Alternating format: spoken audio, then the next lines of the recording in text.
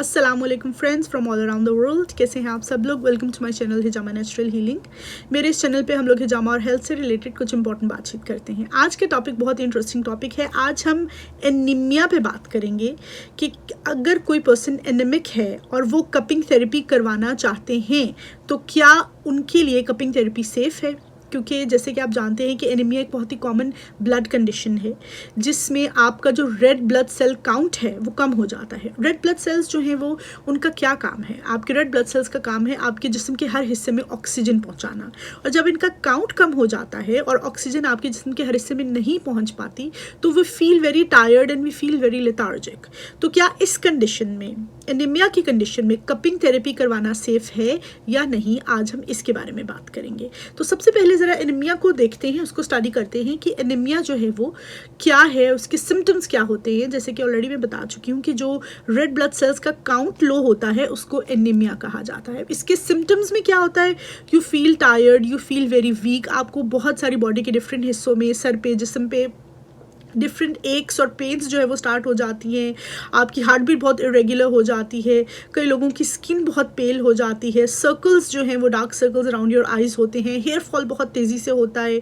हाथ और पाँव बहुत नम हो जाते हैं। और अगर बच्चों को एनीमिया का प्रॉब्लम हो तो उनकी ग्रोथ पे इसका बहुत बुरा असर पड़ता है।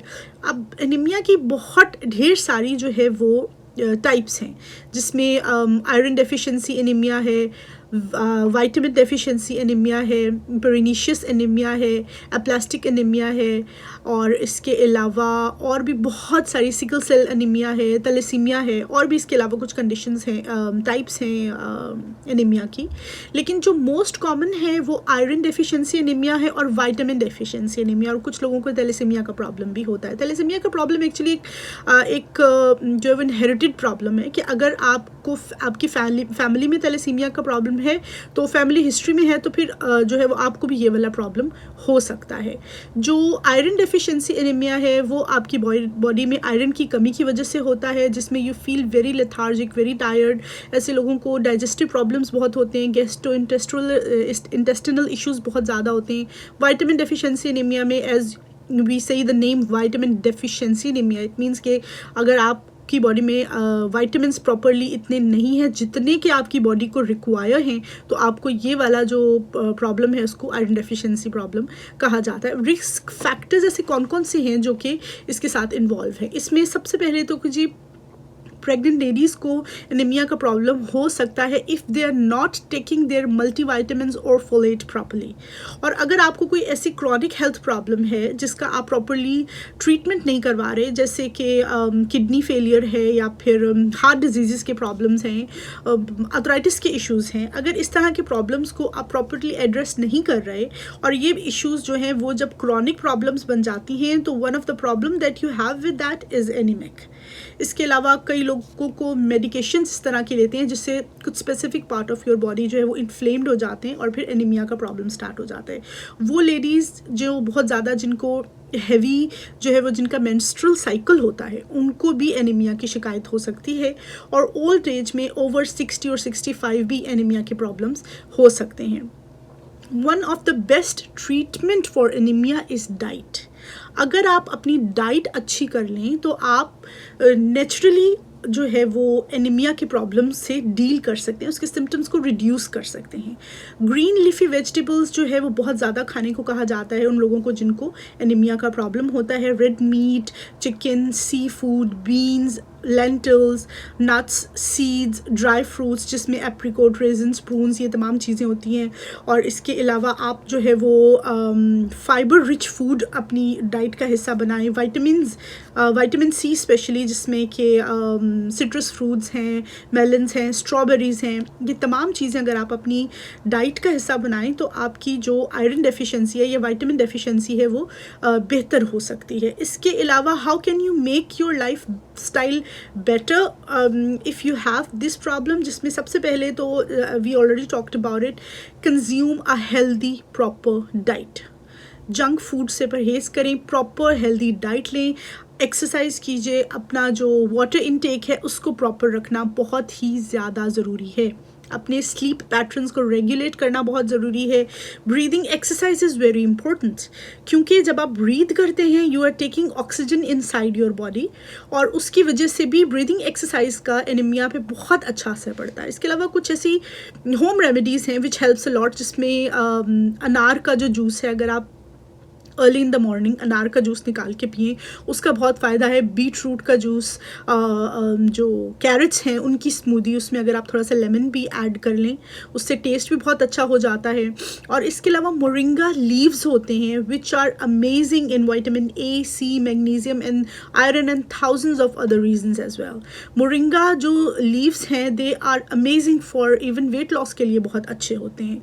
इसके अलावा आप ग्रीन लीफी वेजिटेबल्स की स्मूदी बना सकते हैं। सेसमी सीड्स और जो सौंफ है, फेनिग्रिक सीड्स, वो भी आप ले सकते हैं। Bananas are amazing, they are rich in vitamin C, folate, potassium, iron, वो भी आप अपने रेगुलर लाइफ का हिस्सा बनाइए। हनी आप ले सकते हैं। Raisins and dates and all these other dry fruits are amazing to take.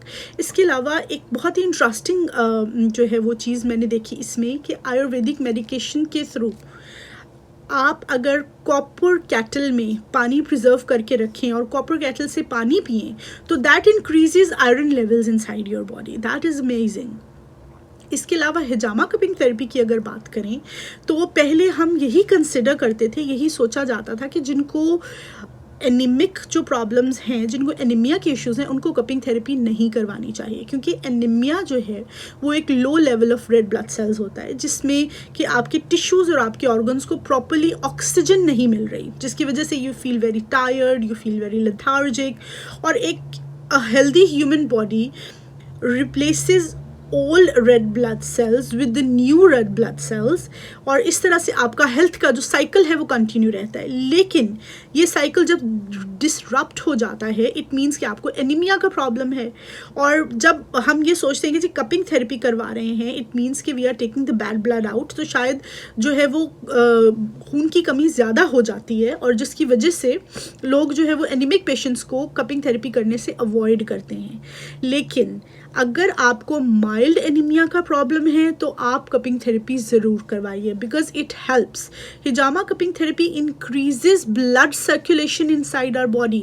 हमारा जो ब्लड फ्लो है उसको ये बहुत तेज़ करता है, हमारे जो डैमेज्ड सेल हैं उनको रिपेयर करने में हेल्प करता है। इसलिए कपिंग थेरेपी आपके जो एनीमिया की प्रॉब्लम्स हैं उसको हेल्प करती है। And I am just not saying that, एक दो रिसर्चेस जो है वो मेरी नज़रों से गुजरे जिनको मैंने पढ़ा और उन पे ये प्रूफ किया गया है कि एनीमिया के साथ कपिंग थेरेपी करने का फ़ायदा होता है। एक रिसर्च जो है, ये रिसर्चेस गूगल में भी पड़ी हुई हैं, अगर आप चाहें तो आप इनको फाइंड आउट भी कर सकते हैं। The most recent study was performed at King Abdul Aziz University in Jeddah in prophetic medicine clinic, जहाँ पर कुछ लोगों को जो है वो कपिंग थेरेपी के लिए कहा गया, और उनका जो एज रेंज था 14 से 86 के बीच में था। ड्यूरिंग सम स्पेसिफिक टाइम्स उनकी कपिंग थेरेपी, हिजामा कपिंग थेरेपी की गई, और उससे उनको बहुत ही अमेजिंग और बहुत ही अच्छे रिजल्ट्स मिले। उनका जो रेड ब्लड सेल काउंट था वो इंक्रीज़ हुआ। So as a result of the study it has proven कि कपिंग थेरेपी करने से आपका जो रेड ब्लड सेल काउंट है वो इंक्रीज़ होता है। इसके अलावा एक और स्टडी जो है वो मदीना सऊदी अरेबिया में की गई, कपिंग सेंटर इन मदीना, वहाँ पर भी डिफरेंट जो है वो 17 वॉलंटियर्स दे वर देयर जिनको डिफरेंट टाइमिंग्स में कपिंग थेरेपी की गई थी। उनको जो है वो 5 कप्स लगाए जाते थे, 2 on the shoulder and 3 at the back, और वो डिफरेंट जो है वो मंथ्स कंटिन्यू ये सेशन रखने के बाद as a result they realised कि कपिंग थेरेपी उनको करने से उनको बहुत ज़्यादा फ़ायदा हुआ है। इसी तरह हिजामा कपिंग थेरेपी जो है not only it helps with other health problems, it helps with anaemic patients as well. लेकिन 2-3 चीज़ों का ध्यान रखना बहुत ज़रूरी है। एक तो ये कि एनीमिक पेशेंट को आप जब फर्स्ट टाइम उनकी कपिंग थेरेपी करने लगी, स्टार्ट विथ 3 पॉइंट्स, उसके बाद then proceed next month, then proceed with 2 more points, आप उनको 5 पॉइंट्स कर सकते हैं। प्रोसीड करना आहिस्ता आहिस्ता है, एकदम से फ़ौरन से ज़्यादा कप लगाकर जो है, क्योंकि you are checking the body कि इसके साथ हेल्प आउट हो रहा है कि नहीं। थोड़े कप लगाएं, एवरी मंथ जो है वो एवरी अदर मंथ जो है इनका कपिंग थेरेपी करें, और उसके बाद आप रिज़ल्ट्स देखिए कि इंशाल्लाह इसके रिज़ल्ट्स बहुत ही अमेजिंग आते हैं। तो एनीमिया के साथ कपिंग थेरेपी करने के रिज़ल्ट्स अल्हम्दुलिल्लाह बहुत अच्छे आए हैं। अगर आपको एनीमिया है एंड यू आर थिंकिंग कि मैं कपिंग थेरेपी करवाऊँ या नहीं करवाऊँ, तो आप इंशाल्लाह कपिंग थेरेपी ज़रूर करवाइए, अल्लाह के हुक्म से आपको इसका अफाका होगा।